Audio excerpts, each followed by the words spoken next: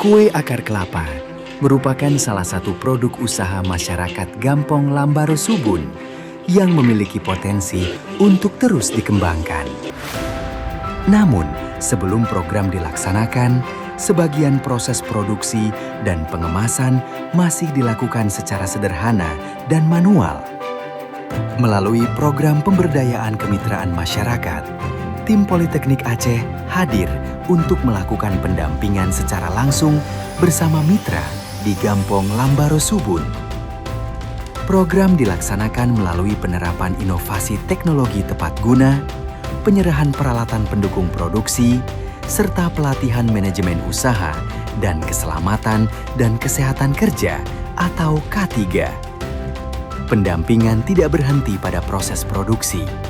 Mitra juga mendapatkan penguatan dalam perhitungan harga pokok produksi, pengelolaan usaha, hingga strategi pemasaran digital.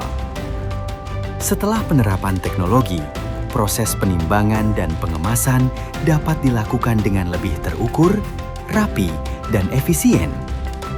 Kemasan produk juga tampil lebih baik, sekaligus memperkuat identitas kue akar kelapa sebagai produk unggulan lokal.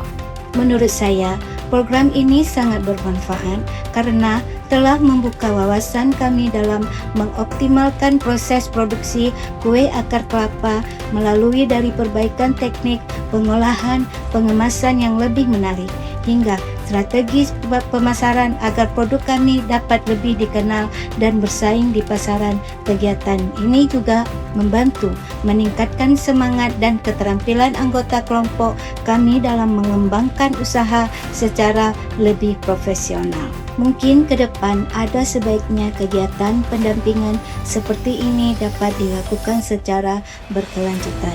Tidak hanya sekali, agar kami dapat terus mendapatkan bimbingan dalam mengembangkan usaha kami, baik dari segi inovasi produk, manajemen keuangan, maupun perluasan akses pasar, termasuk pemasaran secara digital. Terima kasih kami untuk semua yang terlibat dalam kegiatan ini, khususnya untuk Kementerian Pendidikan Tinggi sebagai pemberi dana. Terima kasih, sampai jumpa. Assalamualaikum warahmatullahi wabarakatuh. Perubahan ini menjadi langkah penting dalam meningkatkan kesiapan produk untuk berkembang dan menjangkau pasar yang lebih luas.